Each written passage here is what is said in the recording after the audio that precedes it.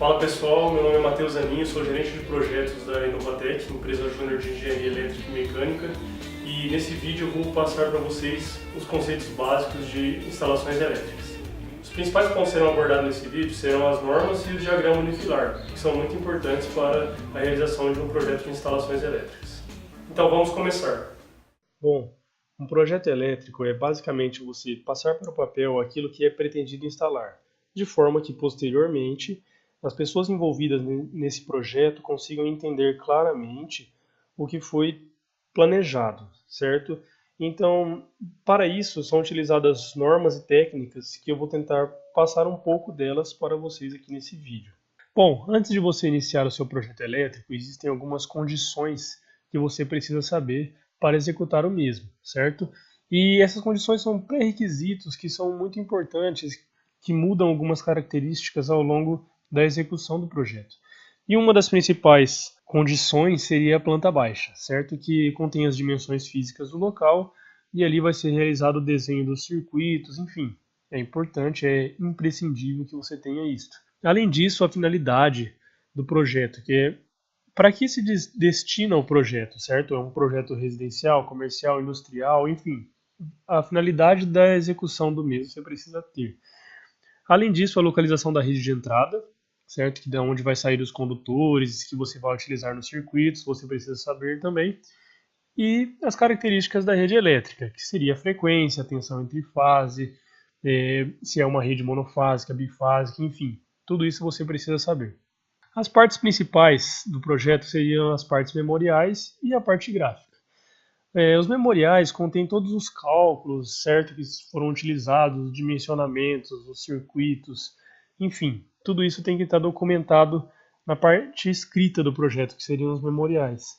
E a parte gráfica são os desenhos, que é onde contém todas as informações ali para o projeto ser lido posteriormente. Então também a parte gráfica imprescindível também no projeto. Bom, antes de entrarmos nas normas, eu vou dar uma passada pela nomenclatura dos componentes de um circuito. E vamos começar com os pontos ativos. O que seria um ponto ativo? Seria onde a energia elétrica vai ser de fato utilizada em um circuito elétrico. Então, um chuveiro, uma lâmpada seria um ponto ativo de um circuito. E pode ser classificado em pontos simples, que seria um aparelho só, ou um grupo de aparelhos funcionando em apenas uma etapa, que seria no caso um lustre, por exemplo, com várias lâmpadas, mas que funciona simultaneamente. Ponto de duas seções. Seriam dois ou mais aparelhos, certo? No caso, por exemplo, temos duas lâmpadas que funcionam em etapas diferentes, ligadas independentemente. Seria um ponto de duas seções. E a tomada com terra. A tomada onde vai ser ligado o aparelho com o circuito auxiliar de proteção, que é o aterramento, no caso. Para os pontos de comando, significa aquilo que vai governar ou comandar um ponto ativo. É basicamente isso. Então, um interruptor, um disjuntor, enfim, é um ponto de comando. E pode ser dividido em interruptor simples, certo? Quando um interruptor vai comandar um aparelho.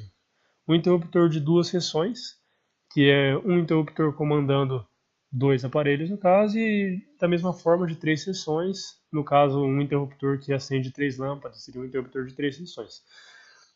Ainda existe um interruptor paralelo, também chamado de three-way. Esse interruptor funciona assim. Para um ponto ativo, dois interruptores. Por exemplo, num quarto que nós temos dois interruptores acendendo a mesma lâmpada, certo? É utilizado em cômodos grandes. E ainda o interruptor intermediário, que seria um interruptor entre os interruptores paralelos, certo? Que no caso de um corredor, por exemplo, num espaço realmente grande, você pode ter mais de um ponto, no caso, três pontos para comandar o mesmo ponto ativo. Na parte de fiações, nós temos os fios diretos, que são os condutores que vão diretamente, por exemplo, do quadro geral para o ponto ativo, sem sofrer interrupções, só que às vezes ele pode ter derivações. Enfim, é um fio direto. Pode ser o neutro ou a fase. No caso neutro, que é aquele fio que não possui energia quando o circuito está aberto, certo? Ele, na maioria dos casos, ele é o fio direto. Porque o fio fase, ele sofre a interrupção, que é no caso no interruptor, né, logicamente, e depois do que passa pelo interruptor, esse fio fase vira um fio de retorno, que é ligado até a lâmpada, no caso de um interruptor que acende uma lâmpada. A gente vai ver isso exemplificado bem nos diagramas unifilares que serão mostrados mais para frente. Mas é basicamente isso a parte de fiação. Eu marquei uma observação aqui, que como vocês podem ver, que seriam para as ligações monofásicas, bifásicas ou trifásicas, certo? A ligação monofásica ela é constituída por uma fase e um neutro. A bifásica é por um neutro e duas fases. E a trifásica é um neutro e três fases. Então, outro ponto muito importante antes de você executar o seu projeto de instalação elétrica é você conhecer as normas. E aqui eu vou dar uma passada rápida nas normas residenciais. Você pode ver mais exemplificado depois na NBR 5410, certo? Bom, vamos começar com os pontos de luz. Antes de iniciar, vale ressaltar também que as normas elas delimitam uma quantidade mínima a ser instalado no projeto, mas isso pode variar dependendo do que é requisitado ou do que o cliente pede para instalar. Aqui eu vou passar para vocês o que é o mínimo pela norma, certo? Bom, para pontos de luz, então, no mínimo um ponto de luz no teto, para um determinado cômodo, e esse ponto de luz comandado por um interruptor de parede. No banheiro, as arandelas têm que estar no mínimo a 60 centímetros do limite do box do chuveiro, certo? Essa parte aqui para evitar riscos, né, de acidentes. E agora vamos para as tomadas de usos gerais, que é conhecido como tubes. Para cômodos com área menor ou igual a 6 metros quadrados, uma tomada no mínimo. Para áreas maiores que 6 metros quadrados, uma para cada 5 metros ou fração de perímetro. Bom, para eu exemplificar essa questão de fração de perímetro, vou dar um exemplo de um cômodo de 8 metros de perímetro. Vai ter duas tomadas, uma para os primeiros 5 metros e a outra para os 3 metros, que seria uma fração de 5, certo? Então, duas tomadas para um cômodo de 8 metros de perímetro. Banheiros, uma junto ao lavatório, com uma distância mínima de 60 centímetros do box também, que é uma questão de segurança, como eu já citei. Em cozinhas, lavanderias, áreas de serviço, que são os ambientes úmidos. A norma diz que no mínimo uma para cada 3,5 metros ou fração de perímetro, da mesma forma. E em subsolos, garagens, varandas, também um mínimo de uma tomada. A tomada de uso específico, que é conhecido como TUIs, ela vai variar de que aparelhos específicos que vão ser utilizados naquele determinado cômodo. Como o nome já diz, aquela tomada vai ser usada para uma finalidade só, por exemplo. Um chuveiro tem a tomada de uso específico do chuveiro, a geladeira da mesma forma, certo? Naquele ponto ali, só será utilizado aquela tomada específica. Então vai variar de número de aparelhos específicos que tem no cômodo. Legal, agora vamos para a parte de potência, que também a norma determina um mínimo também. Na parte de iluminação, a norma diz que para cômodos inferiores a 6 metros quadrados, uma carga mínima de 100 VA. Superior a 6 metros, 100 VA para os primeiros 6, acrescido de 60 para cada aumento de 4 metros quadrados. Nas tomadas de uso geral, a norma diz que banheiros, cozinhas e áreas de serviço, que são aqueles ambientes úmidos que eu citei, 600 VA para até 3 tomadas e 100 VA para as demais tomadas que forem acrescidas. E em outros cômodos, 100 VA por tomada. Para a tomada de uso específico, é a potência nominal do equipamento a ser alimentado, certo? Então, dependendo do equipamento que vai ser utilizado naquele circuito, vai determinar a carga que vai ser utilizada naquela tomada. Bom, para a parte de dimensionamento de condutores eletrodutos, também existem as normas que determinam quais devem ser utilizados na instalação. A norma diz que o condutor deve ser rígido, com isolamento adequado para a tensão de serviço de 600 volts, no caso da instalação residencial, certo? E a área ou diâmetro, né, do condutor vai variar de acordo com a corrente elétrica que é utilizada naquele circuito, ou também de acordo com a carga instalada no circuito. Certo? Aqui temos uma tabela exemplificando, certo? Que, por exemplo, como vocês podem ver, para uma corrente elétrica de até 15 A é utilizado um condutor de 1,5 mm. Mas eu também coloquei aí para exemplificar melhor, em circuitos de tomadas de iluminação, normalmente é utilizado de 1,5 mm. Para ambientes úmidos, onde vai ter uma carga maior instalada, 2,5 mm. E no ar-condicionado, que é um circuito específico, certo? Uma tomada de uso específico, que vai ter uma carga maior, portanto uma corrente maior, é utilizado um condutor com uma bitola maior. Bom, os eletrodutos são os tubos onde contém os condutores, certo? Eles podem ser metálicos, rígidos ou flexíveis, ou plásticos, rígidos ou flexíveis. E tem todo o dimensionamento dele é realizado de acordo com o número de condutores que tem dentro dele, considerando ali que tem que ter um espaço livre por questão de segurança, porque o eletroduto é justamente para proteger o circuito. Eu não vou entrar muito em detalhes disso, mas é tranquilo também de realizar esse dimensionamento. Após saber as normas e ter feito os cálculos de dimensionamentos, entramos na parte gráfica do projeto. E para representar um circuito, existem duas formas usuais, que são os diagramas unifilares e os multifilares.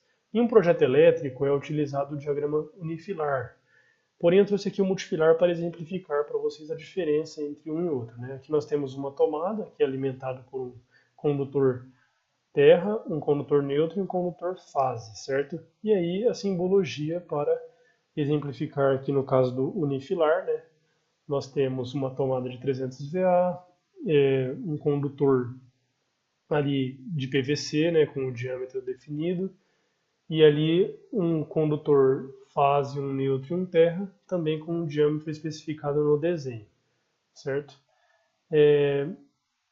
A simbologia a ser utilizada é baseada na NBR 5444. Aqui eu trouxe para vocês uma tabela com um pouco dos símbolos, porém, mais detalhadamente, vocês podem encontrar nesta NBR que eu citei, certo? A NBR 5444. E ali você encontra toda a simbologia que você irá utilizar nos circuitos de seu projeto. Bom, aqui eu trouxe para vocês um exemplo de um cômodo, certo? Com uma instalação de um ponto de luz e 2 pontos de tomada, conforme podemos ver aqui, e que o diagrama unifilar representando o que está instalado neste cômodo, certo? Aqui temos vindo do quadro geral aqui no teto, Temos vindo um condutor fase, um condutor neutro e um condutor terra.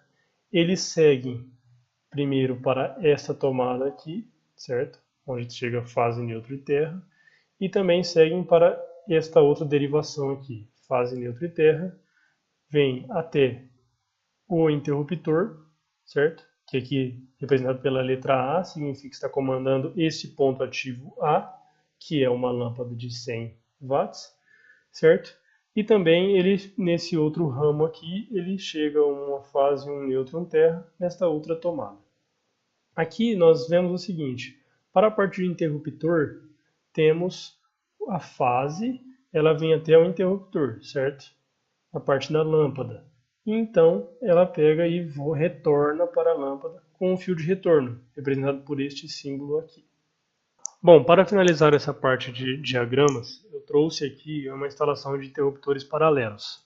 Como vocês podem ver, eu trouxe no diagrama multifilar para uma melhor exemplificação, certo? Temos aqui um neutro que vai direto à lâmpada e uma fase que chega até o primeiro interruptor, no caso representado aqui desta maneira para uma melhor visualização, que é ligado entre si com outro interruptor através de 2 fios retornos e um outro retorno que sai em direção à lâmpada. No unifilar, que é da maneira que vai estar no projeto elétrico, ele ficaria dessa maneira aqui, certo? Podemos ver que o neutro vai no eletroduto até a lâmpada e o fase vem para o primeiro interruptor, da onde saem 2 retornos, que passam por aqui até chegar no outro interruptor, e um terceiro retorno que vai entrar nesse eletroduto aqui para chegar até a lâmpada. Bom, é isso é um básico que você precisa saber na parte de diagrama, certo? E agora eu vou para o AutoCAD para dar uma exemplificada melhor de como fica um projeto elétrico, certo? Então vamos lá. Bom, depois que vimos as normas, os dimensionamentos e os diagramas, chegamos aqui para a parte gráfica em si, que é utilizado normalmente o software AutoCAD para a realização deste desenho do projeto. Aqui vocês podem ver que temos a legenda, certo? Com a simbologia, baseada na norma NBR 5444 que eu passei, certo? E aqui temos um simples cômodo, onde eu passei um circuito de iluminação aqui, para dar uma exemplificada melhor no que vimos até agora. Bom, aqui temos um quadro geral, certo? E um eletroduto que sai desse quadro em direção ao ponto de luz. Nesse eletroduto é especificado o diâmetro dele, o material, certo? O que está passando, no caso uma fase e um neutro, e o diâmetro dos condutores. Da mesma forma, nesse outro eletroduto temos as mesmas especificações, que chega até o interruptor. Então, é claro que em um projeto elétrico, em um cômodo teríamos muitos mais circuitos, certo? De tomadas de usos gerais, específicos, enfim. Eu só quis trazer para vocês aqui de uma forma bem simplória um circuito de iluminação, como ele deve ser representado para a parte gráfica final do projeto. Bom, pessoal, infelizmente não deu para passar todos os dimensionamentos e entrar em alguns detalhes que faltaram por questão de tempo, mas deu para a gente ter uma noção básica do que é um projeto de instalações elétricas. Então é isso, esses são os conceitos básicos que eu tentei passar para vocês aqui. Se vocês gostaram do vídeo, não se esqueçam de clicar em gostei e se inscrever no canal. Agradeço pela atenção de todos vocês, até mais.